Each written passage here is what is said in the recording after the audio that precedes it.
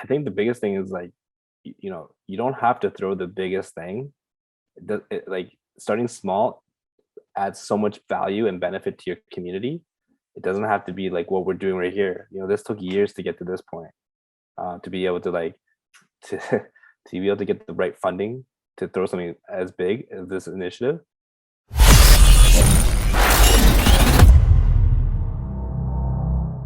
Yeah, no doubt, man.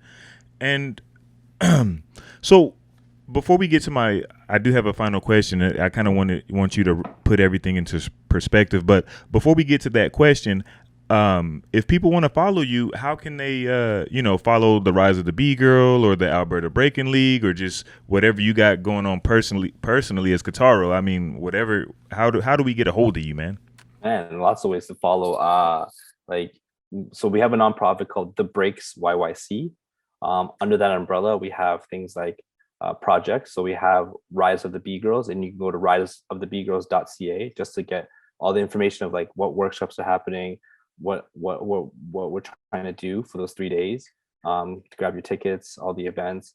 We also have like if you follow us on social media for The Breaks YYC, we have projects like B Girl 101, which was what originally started Rise of the B Girls, was just like a B Girl focused training program. So that taught by a B Girl for B Girls, so that we can just try to pull more B Girls into the scene, right?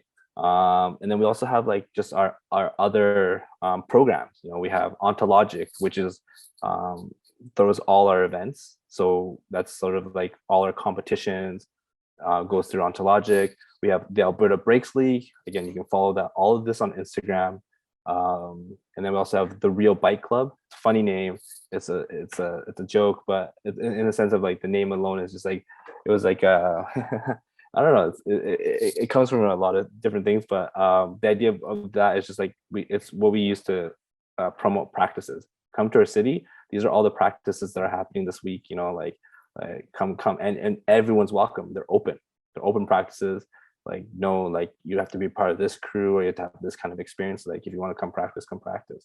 So that's a lot of ways to get a hold of us. You can go to thebreaksyyc.ca, and yeah, just ontologic.ca, all these different domains. I don't know, just follow us on Instagram is probably the best way to get information. I really encourage people to follow Rise of the B Girls, because it is a unique project, right?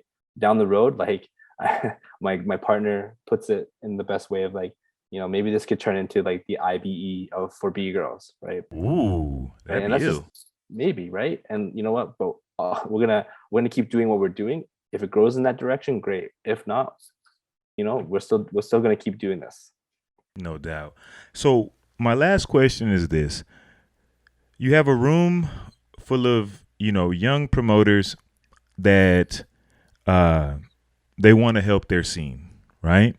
They want to see it grow. They want to see it thrive. They kind of fall in line with your ideology, right? And you have their undivided attention. They all came to see you. What do you tell them? If you're gonna throw a jam, rule number one: get a venue. Solidify a venue. Rule number two: don't spend your own money. Like you actually don't have to invest your own money into this, because like the reality is like if you keep putting money into your event and you're not recouping that, like you're not going to be able to sustain it, right? So make a plan, make a proper budget, right? And cater it towards how the scene is going to react, right? And always start small, right? Start small. Don't have to throw the biggest event right off the bat. Start small, then it'll grow, right? I always see like events like usually it takes like 2 to 3 years before like, oh, the event is actually something that people are talking about and they're actually going to want to come to. And that's how it grows, right? It's not just about like, yo, I'm going to throw all this money into it and bring down the dopest dancers, because then that becomes the expectation. And it's like, if you can't and if you can't like financially support that every single year, then like it's not going to happen. You're right, because there's physical burnout and there is fiscal burnout. Yeah. No doubt, man. 100%. Well, thank you so much for your time, Kataro, man. I'm so glad that we were able to connect and have this conversation. So I want to we'll talk some more off cam, man. But like I said, man, I think you're doing an awesome thing. anything that's positively supporting the breaking scene in North America, because that's what binds us, right? Same continent. Whether it be for everybody or B-girl specific or kid specific, like youth specific, it's all dope, man. And I appreciate you guys for doing the hard work in your community and trying to keep everything going, man. So shout out to you. Thank you. And I appreciate you just giving us the opportunity to just talk about, our scene and what we're doing. Yeah, man. I think, this is the funny thing that I've come to see about breaking is like, I think that for some reason people have in the scene, and not everybody, because it's never everybody, but yeah, something that I have seen just in my observations is that too many people, and again, not everybody, but too many people have this notion that if you weren't like a world champion B-boy or B-girl, or you weren't throwing 3,000 to 10,000 people events, that you don't have a story to tell, right?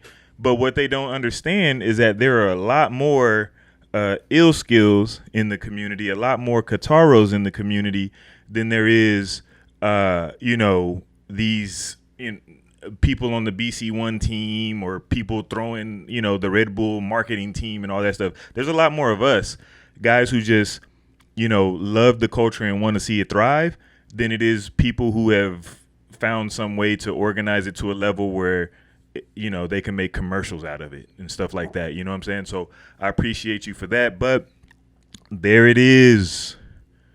My man Kataro, Calgary, Alberta. Used to be my favorite city in Canada. So unfortunately, it has been replaced by my now favorite city in the world, Montreal. But no hate. The rise of the B-girl, Alberta Breaking League. Man, again, thank you so much for your time. I wish you all the best with this event. Maybe we can get back and I want to do a stop and chat, because I do this thing called stop and chat, and maybe we can just talk about the league idea, period.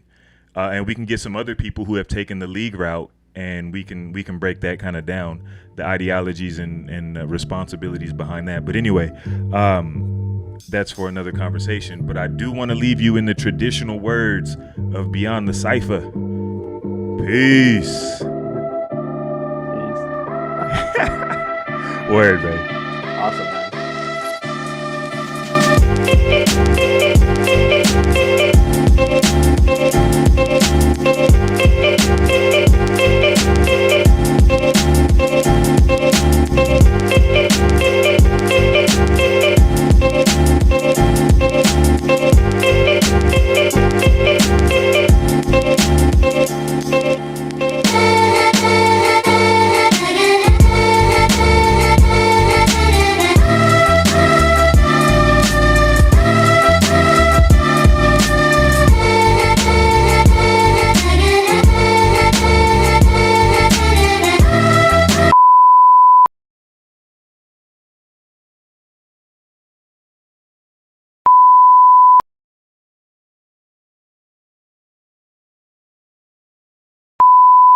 For more quality content from Beyond the Cypher with Illskillz, don't forget to press the like and subscribe buttons.